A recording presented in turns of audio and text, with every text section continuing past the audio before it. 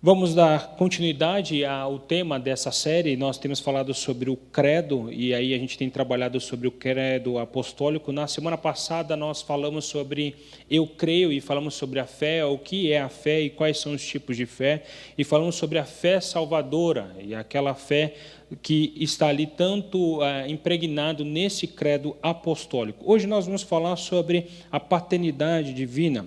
E uma das coisas que a gente tem trabalhado nessa série é simplesmente de quanto mais palavras ou mais vocabulários você tem sobre a fé, melhor será. A gente viu na semana passada que é importante a gente estar pronto para responder qualquer assunto acerca da nossa fé. E por que nós estamos falando sobre isso? A razão é que simplesmente nós ouvimos muitas vezes que no Antigo Testamento o nosso Deus é um Deus vingador, é um Deus mau, é um Deus cruel. Já no Novo Testamento nós ouvimos a expressão de que Deus é amor. Então a gente tem essa distinção que muito nós ouvimos acerca de quem é Deus, porém é uma afirmação, é uma distinção, é uma separação muito danosa, pois prejudica a compreensão da unicidade da teologia bíblica. Ou seja, a palavra de Deus ela é única e ela vai fazendo essa revelação acerca de Deus. A gente, vendo essa expressão, né, Deus o vingador e Deus Pai, ou Deus de amor no Novo, é totalmente danosa para nós. Ela é fantasiosa, ela é amparada em uma visão superficial da Escritura Sagrada. Então, olhar apenas para isso, a gente tem uma visão muito pequena de quem de fato é Deus. E aí eu queria dar um exemplo para você. Imagine se todos nós pudéssemos fazer uma visita, um tour até uma floresta, e chegando lá, nessa floresta, ele pedisse para descrever o que você vê. Talvez ouviríamos alguém dizer, olha, eu estou vendo um carvalho, outros iriam dizer, olha, eu estou vendo um ipê, outros diriam até mesmo, olha, estou vendo um jequitibá rosa. Mas será que é tudo isso que a gente pode olhar e deslumbrar dessa floresta? É claro que há muitas árvores, há muita fauna, há muita coisa na floresta, porém o que eu vejo e descrevo é o que eu sei. Eu sei que aquilo ali é um ipê. Eu sei que aquilo ali é um carvalho. Eu sei que aquilo ali é um jequitibá rosa. No entanto, se a gente tivesse um treinamento ali, um estudo intenso sobre mais ou menos em torno de 50 a 60 palavras diferentes de todos os tipos de árvores que pode ter naquela floresta, a gente também estudar sobre a fauna, sobre os animais, sobre o ecossistema, o que aconteceria depois que a gente voltasse novamente para fazer um tour nessa floresta. Certamente nós iríamos notar coisas que nós não tínhamos notado antes. Por quê? Porque quanto mais palavras e definições tivermos, melhor será a nossa visão. Assim é a teologia bíblica, assim é o que a gente aprende também nesse credo apostólico. Nós temos ali apenas um resumo da teologia. E aí a gente vai abordando cada frase, cada palavra, para a gente aumentar o nosso vocabulário. Isso que a gente fez da floresta se aplica muito bem à espiritualidade e à fé. E atualmente existe um grande interesse na espiritualidade e um grande interesse em conectar-se à realidade sobrenatural e divina e sobrenatural. No entanto, ainda existe alguns que desconfiam dessa ideia de estudar a teologia, ou estudar a doutrina, ou estudar alguma coisa relacionada mais ao intelecto, onde as pessoas acabam dizendo assim, olha, vamos deixar de lado a teologia porque nós queremos a experiência.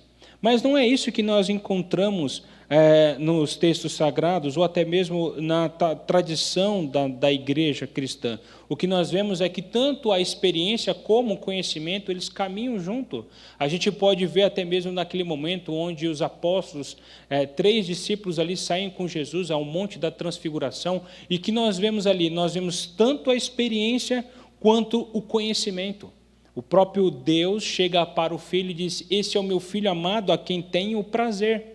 E aí então nós temos a experiência que aqueles discípulos tiveram, do momento onde eles viram o próprio Pai expressando quem é o Filho, mas ali definindo também essa ideia de paternidade. Então nós temos estudado e nós temos visto que o credo apostólico nada mais é do que um bom resumo da fé cristã. E essa é a razão que a gente tem estudado, ou seja, aumentar o nosso vocabulário acerca da fé que foi entregue uma vez a cada um de nós.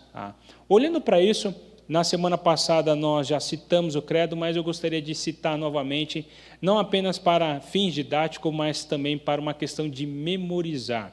Diz assim: creio em Deus Pai Todo-Poderoso, Criador dos céus e da terra, creio em Jesus Cristo, seu único Filho, nosso Senhor, o qual foi concebido por obra do Espírito Santo, nasceu da Virgem Maria, padeceu sob o poder de Pôncio Pilatos, foi crucificado, morto e sepultado, ressurgiu dos mortos no terceiro dia, subiu aos céus, está sentado à direita de Deus Pai Todo-Poderoso, donde há de vir para julgar vivos e mortos.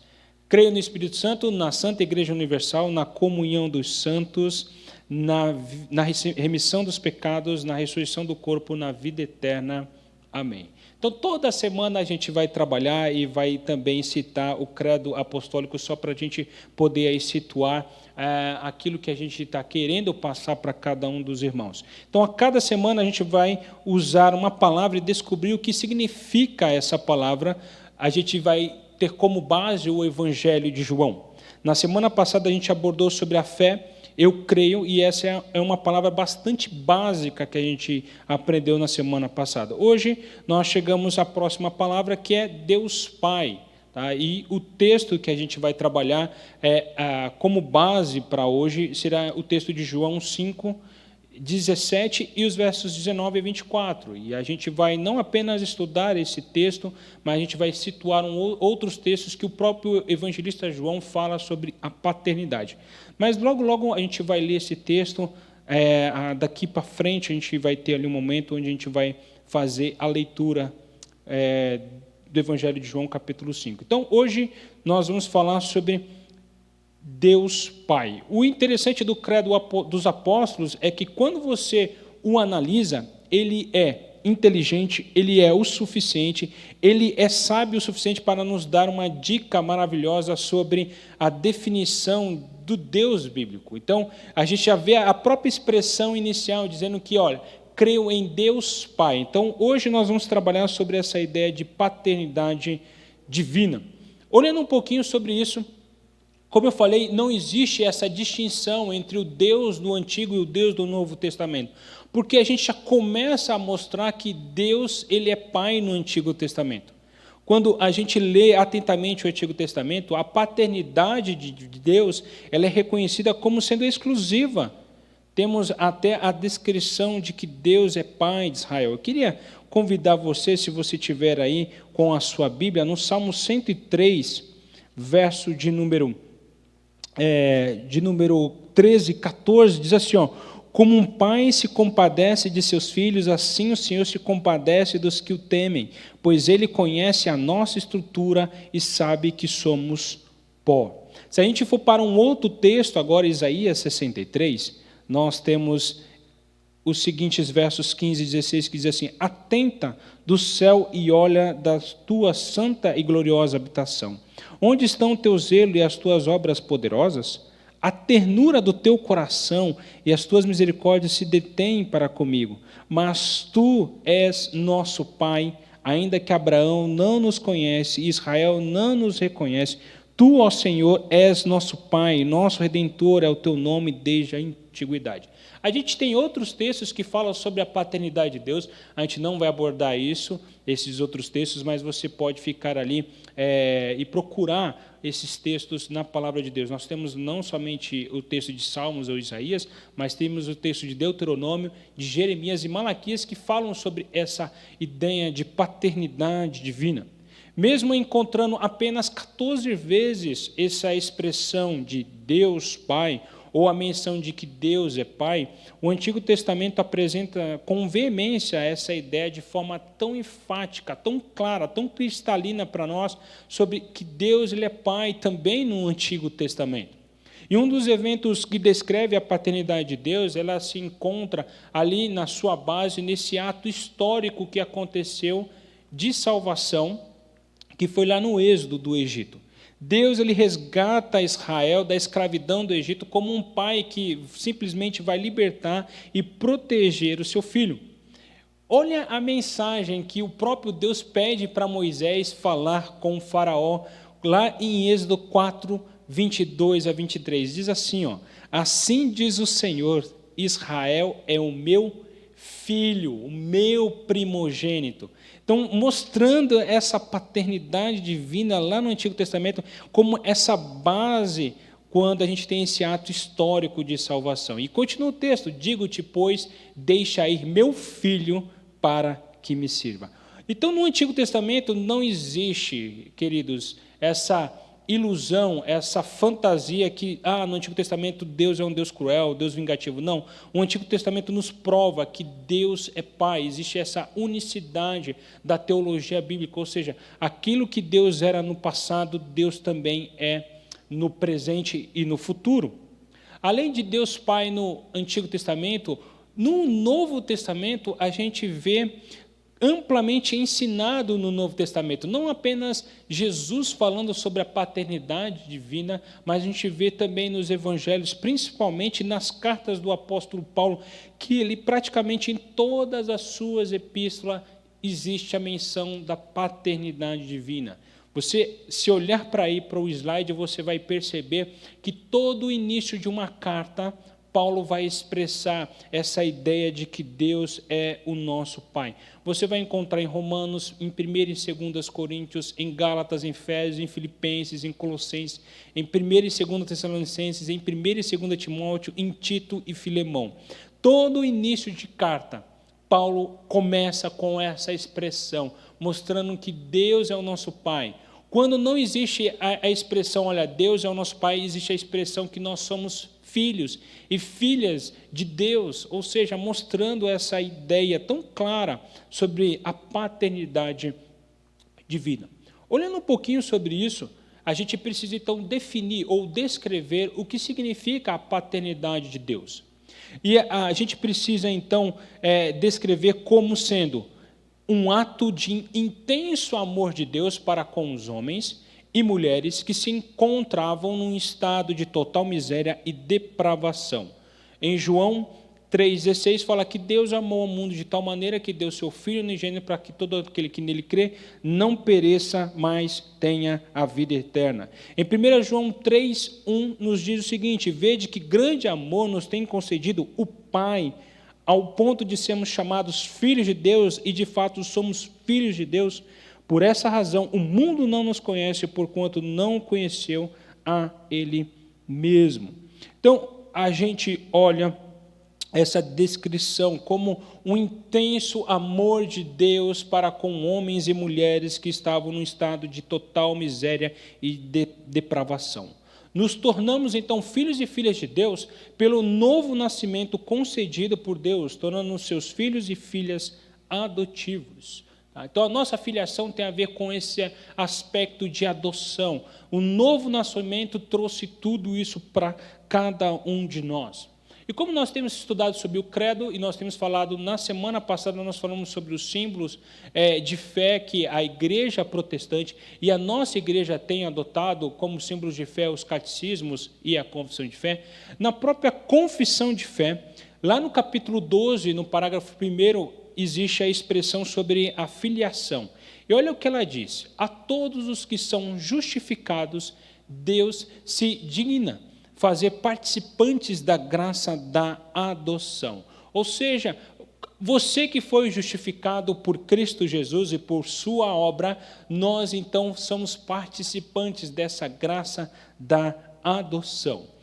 Agora, olhando um outro símbolo de fé, agora o catecismo menor, tem a pergunta, o que é adoção? Na pergunta 34, e aí tem a resposta que diz assim: adoção é um ato livre da graça de Deus pela qual somos recebidos no número dos filhos de Deus e temos direito a todos os seus privilégios. A adoção, a gente precisa entender que é esse ato livre da graça de Deus Pai, pelo qual nós somos recebidos no número de filhos agora. E nós agora temos e possuímos direitos e também privilégios. É isso que a palavra nos ensina. Quando a gente leu já esse texto de 1 João 3,1, ou se a gente lê João capítulo 1, verso 12, nós temos o próprio texto dizendo o seguinte: mas a todos quanto receberam, deu-lhes o poder de serem feitos filhos de Deus, a saber, aos que creem no seu nome. E aí o texto de Romanos 8, 14 a 17, ele também expressa acerca sobre isso, do espírito que recebemos, não um espírito mais de escravidão, mas um espírito de adoção, na qual agora clamamos Abba, Pai. Um teólogo importante na nossa teologia, o nome é James E. Packer, no seu livro Conhecimento de Deus, ele diz o seguinte, que sobre a adoção. A justificação é a bênção básica sobre a qual a adoção se fundamenta. A adoção é a bênção do coroamento para a qual a justificação abre o caminho. O que temos aqui, então, que Packer vai nos mostrar, é simplesmente uma analogia entre justificação e adoção. Ou seja, as duas coisas caminham juntos, tanto a justificação como a adoção. E para falarmos da nossa adoção, para falarmos da nossa filiação como filhos, nós precisamos ver, primeiramente, qual que era a relação, ou qual é a filiação entre o Deus Pai e Deus Filho. Por isso é o que se trata da nossa justificação. Então vamos ver primeiramente a filiação entre pai e filho, o Deus Pai e o Deus Filho, depois veremos a nossa filiação. Como é que se dá essa questão do relacionamento de Deus com Deus Pai com o Deus Filho? Vamos olhar um pouquinho sobre isso. Então, antes a gente precisa pensar o seguinte, que Cristo conhece a Deus melhor do que ninguém. Melhor que até muitos teólogos que escreveram sobre ele ao longo dos anos. Bem melhor que até mesmo os profetas e apóstolos que foram inspirados pelo próprio Deus, que receberam a revelação divina. Cristo conhece a Deus Pai tão bem, porque ele estava na presença de Deus desde toda a eternidade. Olha a expressão, o apóstolo João, ele expressa dessa maneira, que no princípio era o verbo, e o verbo estava com Deus, e o verbo era Deus. Jesus, então, vive, ou vivia na eternidade, ou sempre viveu face a face com Deus. Se existe alguém que conhece a Deus, essa pessoa é Jesus Cristo. Portanto, o óbvio que se realmente quisermos saber quem é Deus como Pai, a gente precisa ouvir sobre o que Jesus fala sobre Deus Pai. E é por isso que a gente vai ler aqui o texto de João, capítulo 5, onde o próprio Jesus ele vai dizer sobre o Deus Pai. Olha, acompanhe comigo, porque é o texto básico que vai dar ideia sobre a nossa filiação também. O texto diz assim, meu Pai trabalha até agora e eu trabalho também. O Filho nada pode fazer de si mesmo, senão somente aquilo que vir fazer o Pai. Porque tudo o que este fizer, o Filho também semelhantemente o faz. Porque o Pai ama o Filho e lhe mostra tudo o que faz, e maiores obras do que essas lhe mostrará, para que vos maravilheis. Pois assim como o Pai ressuscita e vivifica os mortos, assim também o Filho vivifica aqueles a quem quer. E o Pai a ninguém julga, mas ao Filho confiou todo o julgamento, a fim de que todos honrem o Filho do modo porque honram o Pai. Quem não honra o Filho, não honra o Pai que o enviou. Em verdade vos digo, quem ouve a minha palavra e crê naquele que me enviou, tem a vida eterna. Não entra em juízo, mas passou da morte para a vida. Então esse é o texto básico que vai nos mostrar sobre a filiação entre o Deus Filho e o Deus Pai. Olhando então para esse texto, fica muito claro para nós por que Cristo ele fez essa afirmação a respeito de Deus e dele mesmo. A gente precisa entender que algumas horas antes ele havia curado um paralítico, um homem aleijado que viveu durante 38 anos ali.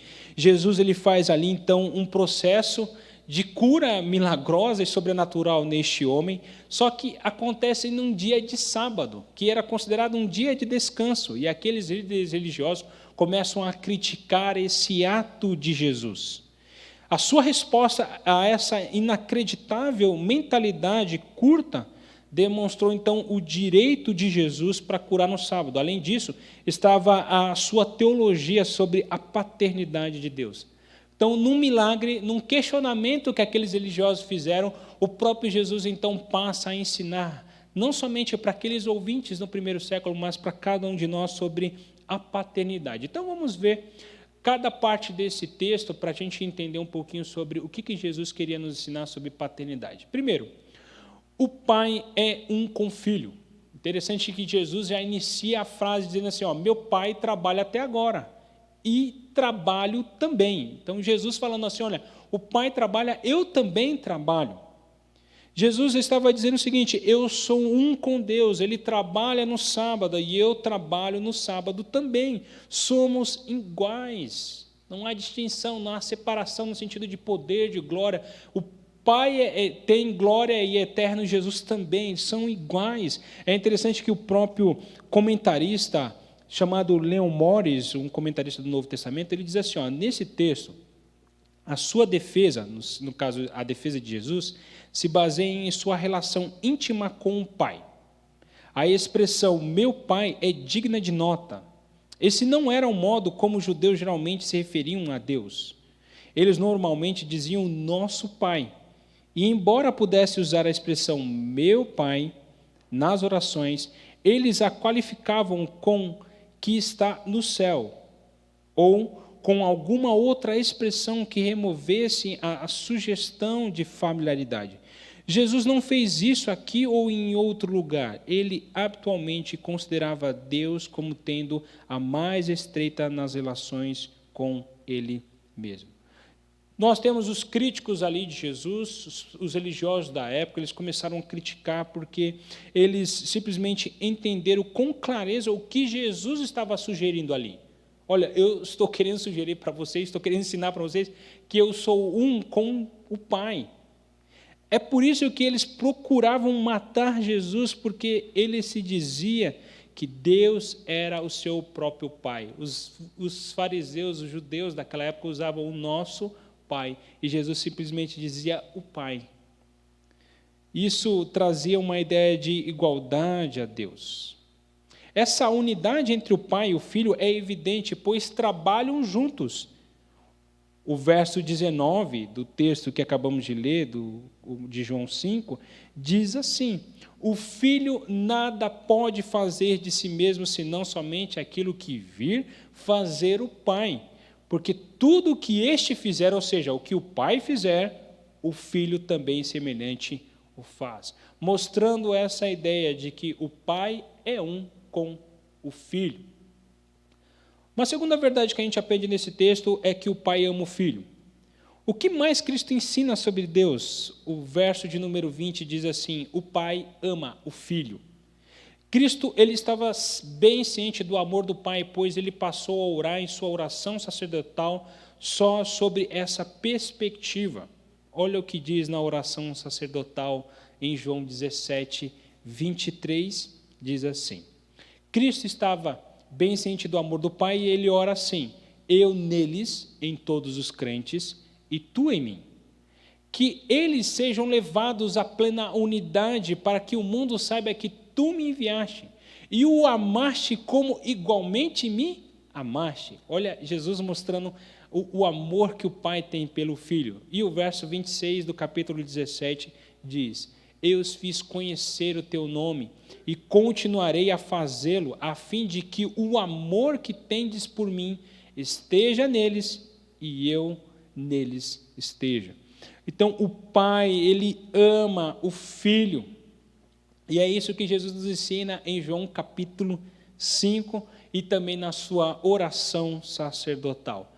Deus, uma terceira verdade nesse texto é que o Pai abençoa o Filho. O verso de número 20, porque o Pai ama o Filho, ele mostra tudo o que faz. Existe aqui então uma união entre o Pai e o Filho que vai resultar numa comunicação perfeita e completa em todos os sentidos. Por quê? Porque Jesus ele vai glorificar o Pai exibindo totalmente os seus atributos e realizando totalmente a vontade do Pai. Mais uma vez, a gente precisa ir lá na oração sacerdotal de Jesus e a gente vai ver o quanto Cristo também ele mostra sobre esse aspecto da glorificação entre o Pai e o Filho. Olha o que ele diz nos versos 4 e 5 de João 17. Diz assim, eu te glorifiquei na terra, completando a obra que me deste para fazer. E agora, Pai, glorifica-me junto a ti com a glória que eu tinha contigo antes que o mundo existisse. Jesus, ele glorificou o Pai, exibindo totalmente os seus atributos, realizando totalmente a vontade de Deus. O Pai abençoou o Filho glorificou o Pai na terra. Uma quarta verdade que a gente aprende sobre a paternidade entre o Deus Pai e o Deus Filho é que o Pai dá autoridade ao Filho. Os versos 21 e 22 diz assim: pois assim como o Pai ressuscita. Qual é a autoridade que Jesus tem? E ele responde: assim como o Pai o ressuscita e vivifica os mortos, assim também o Filho vivifica aqueles a quem quer. E o Pai a ninguém julga, mas ao Filho confiou todo o julgamento. E o texto ainda continua mostrando para nós o seguinte, que o Filho confiou todo o julgamento. E aí, os versos 25 e 26 do capítulo 5 de João diz assim, vem a hora e já chegou em que os mortos ouvirão a voz de quem? Do Filho de Deus. E os que ouvirem viverão, porque assim como o Pai tem vida em si mesmo, também concedeu ao Filho ter vida em si mesmo. O Pai deu autoridade para o Filho, deu poder para o Filho, para governar, para reinar, para julgar. O Filho, juntamente com o Pai, vai ressuscitar todos os vivos, aliás, todos os mortos na grande ressurreição no último dia. Para aqueles que morreram e estão sepultados, Cristo irá ressuscitar dos mortos. Para aqueles que estão vivos, serão glorificados e também ressuscitados com Ele. Então, o Pai deu autoridade para o Filho. E a última verdade que a gente aprende nesse texto sobre a paternidade entre Deus Pai e o Deus Filho é simplesmente que o Pai honra o Filho. Diz assim o verso de número 23, que todos honrem o Filho do modo porque honram o Pai. Quem não honra o Filho, não honra o Pai quem o enviou. E aí o verso 24 continua dizendo assim, quem ouve a minha palavra e crê naquele que me enviou tem a vida eterna, não entra em juízo, mas passou da morte para a vida. Todos os que creem em Deus, da forma como Ele se revelou, também crerão em Jesus. É impossível que alguém creia no que o Pai diz e rejeite o Filho. E essa honra foi só concedida e foi só conferida ao nosso Senhor Jesus Cristo. Então, se você crê em Deus revelado nas Escrituras Sagradas, de fato você vai crer também no Filho. Porque não existe uma separação entre Deus Pai e Deus Filho no sentido assim, de verdade. Ambos falam a verdade, ambos estão pregando e são certamente a verdade. Olhando um pouquinho sobre isso, então, nós falamos sobre essa filiação entre Deus Pai e o Deus Filho. A gente precisa, então, agora entrar sobre a nossa filiação e falar sobre como que a gente pertence, então, à família de Deus. Deus é Pai não apenas do Filho, de Jesus Cristo, mas também de todo o crente. A gente já citou esse teólogo, J. Parker, no seu livro O Conhecimento de Deus, e olha o que ele diz sobre essa ideia de pertencer à família de Deus. Ele diz assim, podemos resumir todo o ensino do Novo Testamento numa única frase, se falarmos dele, ou seja, do Novo Testamento, como a revelação da paternidade do Criador Santo. Da mesma forma, podemos resumir toda a religião do Novo Testamento se a descrevemos como o conhecimento de Deus como o nosso Pai Santo. E ele continua dizendo assim, se quisermos julgar o quão bem uma pessoa compreende o cristianismo, temos que descobrir o quanto representa para ela o fato de ela ser filha de Deus e de ter Deus como seu Pai. Se esse não for o pensamento que motiva e controla a sua adoração, suas orações e toda a sua visão sobre a vida, significa que ela não entende muito bem o cristianismo afinal. E aí ele termina dizendo assim, porque tudo o que Cristo ensinou, tudo o que faz com que o Novo Testamento seja novo e melhor do que o Antigo Testamento, tudo o que é distintamente cristão em oposição ao que é simplesmente judeu, resume-se no conhecimento da paternidade de Deus.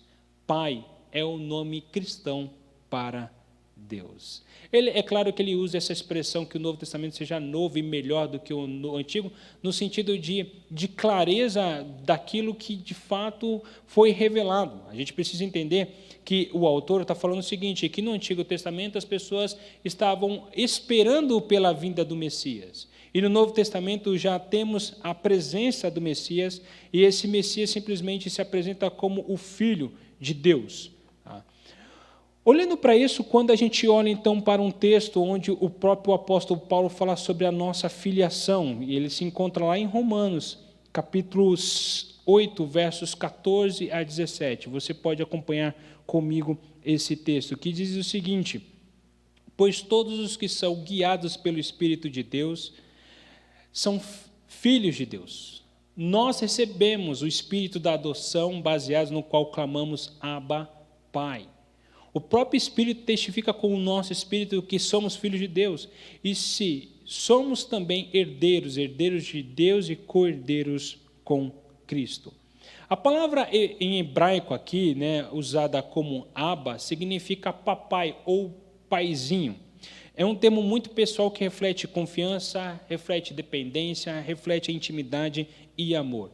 Antes éramos pecadores vivendo com medo, agora somos filhos sob o cuidado do nosso Pai Celestial. Antes nós éramos estrangeiros, agora nós somos amigos íntimos. A nossa adoção significa que podemos entrar nessa presença majestosa, maravilhosa e poderosa de Deus e dizer simplesmente papai. A paternidade de Deus envolve, consequentemente, essa ideia de filhos. Então, vamos ver esses elementos que nos mostram essa questão de ser filhos de Deus. Primeiro, essa questão da natureza da nossa filiação. A palavra que lemos em Romanos e até mesmo em Efésios 1, 5, 6, fala sobre que nós fomos adotados pela graça de Deus. Assim nos tornamos seus filhos.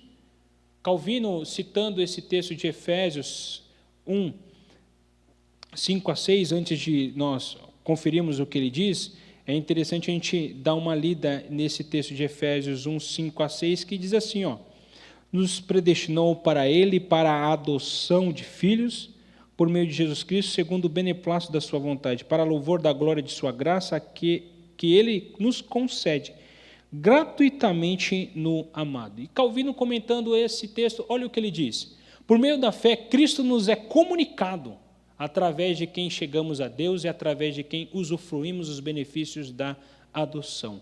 Então, a graça de Deus nos torna, então, filhos amados. A graça de Deus nos tornou, agora, adotados por Deus. Então, a graça é esse favor imerecido de Deus, que Ele manifestou-se de forma livre e espontânea em favor dos homens que estavam numa condição de miséria, por causa do pecado. Assim, a nossa filiação, ela revela a parte deste amor incrível e eterno de Deus, ao considerarmos a graça da adoção. Vemos essa doutrina tão estampada nas Escrituras Sagradas e tão estampada nesse amor invencível de Deus, que nos tira do lamaçal do pecado para uma herança eterna. Quando a gente leu lá atrás o texto de 1 João 3,1 diz que vede que grande amor nos tem concedido o Pai, ao ponto de sermos chamados filhos de Deus, e na verdade somos filhos de Deus. Então, falamos um pouquinho sobre essa natureza da nossa filiação. Ela está no coração de Deus quando simplesmente Deus resolveu nos tornarmos seus filhos através da sua graça. E como é que funciona, então, esse processo de filiação? Nós podemos ver, então, 3 processos que ocorrem. O primeiro processo é o processo do novo nascimento. E a Bíblia nos diz que os filhos de Deus são gerados outra vez, são nascidos do Espírito Santo. Através do Espírito Santo nós somos recriados para que possamos responder com fé o Evangelho. O segundo processo seria receber a Cristo. Então, ser filho de Deus tem como condição a recepção de Cristo como nosso Salvador, tornando-nos assim seus irmãos. Receber a Cristo tem a ver com a gente basear não nas nossas boas obras ou nas nossas performances religiosas, mas simplesmente receber a obra de Cristo Jesus, não apenas realizada na cruz, mas em todo o seu ministério. E o terceiro processo de nossa filiação é a fé em Cristo. Receber a Jesus significa confiar unicamente em sua obra para a salvação. Lançar-se sem reservas, confiando na sua palavra de vida. O próprio Jesus, na oração ali que nós já também lemos, em João 17, 20, o próprio Jesus ele ora dizendo o seguinte: não rogo somente por estes, mas também por aqueles que vierem a crer em mim por intermédio da sua palavra. Olhando então para esse processo, vimos a descrição da nossa filiação, a natureza da nossa filiação vem pela graça de Deus, nós vimos esse processo que vem do novo nascimento, de receber a Cristo e também de ter fé em Cristo. Quais seriam, então, as marcas da nossa filiação? Primeiro, o testemunho interno do Espírito Santo. O Espírito Santo, ele habita em nós, ele nos guia, ele dá testemunho em nossos corações através da palavra de Deus, que somos filhos de Deus. O texto de Romanos fala sobre isso, que nós não recebemos o espírito de escravidão, mas recebemos o espírito de adoção, na qual agora clamamos, Abba, Pai. O Espírito, ele vai ali dar um testemunho interno de que nós somos filhos e filhas de Deus. Quando o inimigo chegar aos seus ouvidos e dizer assim, olha, você não é filho de Deus, saiba que o Espírito Santo vai soprar de forma graciosa e dizer assim, não, você é um filho, você é uma filha amada. Uma outra marca da nossa filiação é que nós somos guiados pelo Espírito. Então, os filhos de Deus são aqueles que procuram sempre a orientação de Deus para a sua vida, para os seus planos e sobre as suas decisões.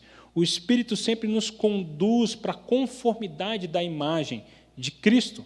E essa ideia de conformidade da imagem de Cristo, que vai revelando a nossa filiação e também vai mostrando para nós essa questão da santificação. Ser guiado pelo Espírito tem a ver com essa ideia de santificação. Olha o que diz um outro autor, um pregador teólogo chamado David Martin Lloyd-Jones, ele diz assim no seu livro A Unidade Cristã: santificação significa sermos semelhantes, ou feitos semelhantes ao Senhor Jesus Cristo. E, portanto, todos os que estão sendo santificados devem ter uma similaridade fundamental, pois todos estão se tornando cada vez mais semelhantes a Ele. Então, ter a conformidade, ou ser guiado pelo Espírito, tem essa ideia da santificação. Uma outra marca da nossa filiação é que o fruto do Espírito, lá em Gálatas, o próprio apóstolo Paulo fala sobre o fruto do Espírito, é um grande atestado da nossa filiação divina e de o progresso da nossa santificação. O quanto nós passamos a amar, o quanto nós podemos viver em alegria, em paz, em longanimidade, benignidade, bondade, mansidão, fidelidade e domínio próprio. Quanto mais vivenciarmos isso, isso vai nos mostrando cada vez mais essa marca da nossa filiação, do Deus Pai com cada um de nós. E o último é o exercício da disciplina divina. A disciplina de Deus é sempre pedagógica, ela nunca é vingativa. Deus não quer vingar-se por conta que a gente ofendeu a sua santidade ou alguma coisa no sentido, mas sim é algo pedagógico para nós. Nela ela está inserida a ideia de recuperação do Filho amado. Quando a gente abre lá em Hebreus, fala sobre isso. Fala que é assim que Deus nos ama, por isso nos corrige. O próprio Espírito ele faz esse exercício dentro de nós. Quando nós simplesmente caímos em tentação e cometemos algum tipo de pecado, o próprio Espírito que habita em nós, ele alerta o nosso coração.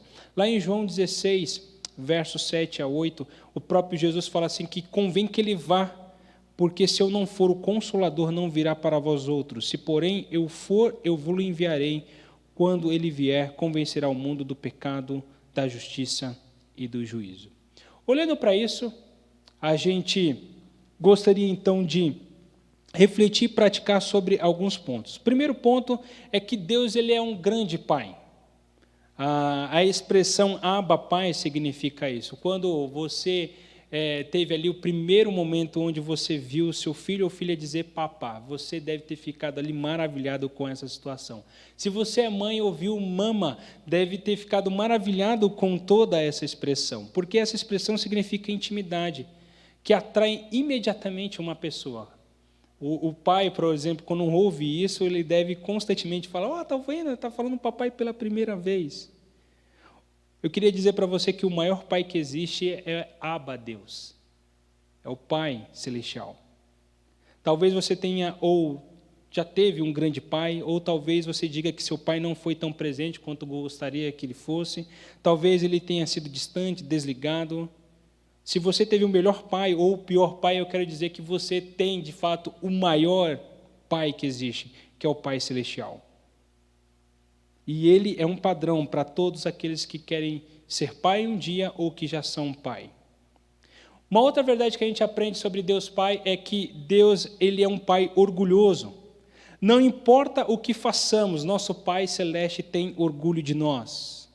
Saiba de uma coisa, você não precisa conquistar a admiração divina com o seu desempenho.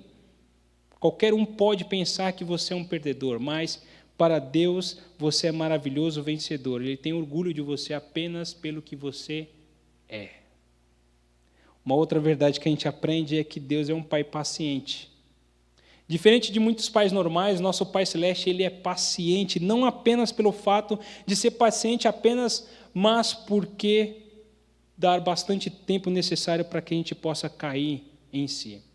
Lá em 2 Pedro 3,9 diz assim: não retarda o Senhor a sua promessa, como alguns a julgam demorada. Pelo contrário, Ele, o Deus Pai, Ele é longânimo para convosco, não querendo que nenhum pereça, senão que todos cheguem ao arrependimento. Ninguém está fora das fronteiras do amor deste Pai paciente. Você pode estar até tentando a pensar em que alguns se desviaram tão longe, pecaram tanto que não há esperança. Mas saiba que Deus é Pai, e Deus é longânimo, Deus é paciente, e não quer que nenhum pereça, senão que todos cheguem ao arrependimento. E para finalizar, eu queria lembrar você que Deus é um Pai perdoador. Lá em Efésios 1, 7-8 diz assim: no qual temos a redenção pelo seu sangue, a remissão dos pecados, segundo a riqueza da sua graça, que Deus derramou abundantemente sobre nós em toda sabedoria e prudência. Certa vez eu li a história de um pai que estava enfrentando um sério desafio no comportamento do seu filho de 17 anos.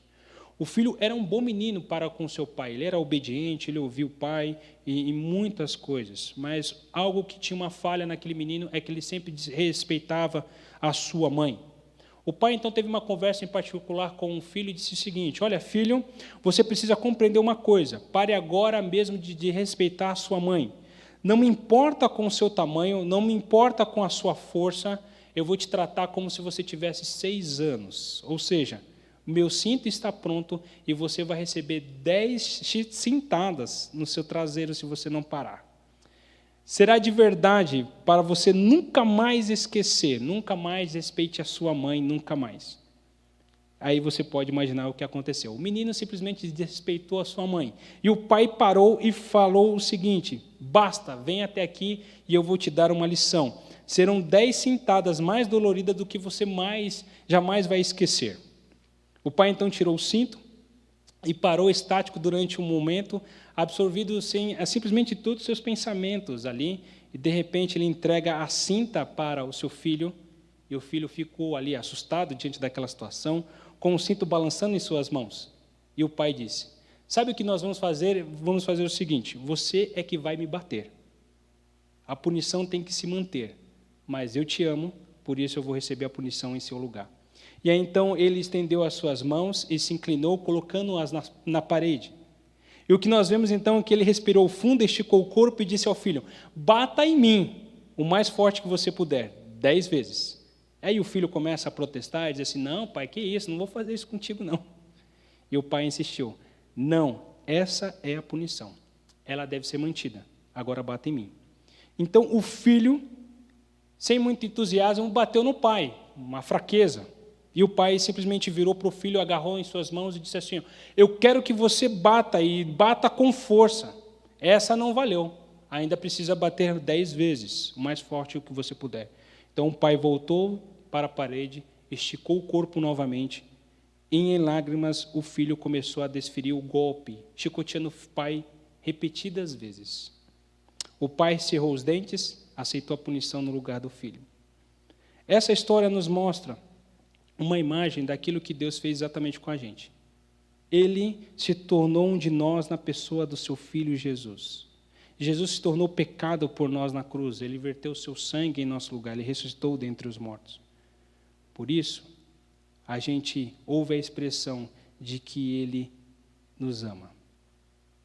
Quando você ouvir a respeito do perdão de pecados, você deve compreender o que isso custou para Deus, o Pai, custou seu próprio Filho. Isaías 43, 25 termina dizendo assim: eu mesmo sou o que apago as tuas transgressões, por amor de mim, e dos teus pecados não me lembro. Jesus, nós começamos essa estudo de hoje falando que ele conhecia o Pai melhor do que a gente. E na sua oração ele diz: Pai nosso que estás nos céus, santificado seja o teu nome. Quando Jesus falou essa frase, ele usou a expressão Abba. E é uma das primeiras expressões que nós ouvimos de uma criança. E essa é a expressão que Deus está esperando de cada um de nós. Querido Pai, ou Paizinho. Que você possa ter no seu coração essa filiação de que você faz parte da família de Deus.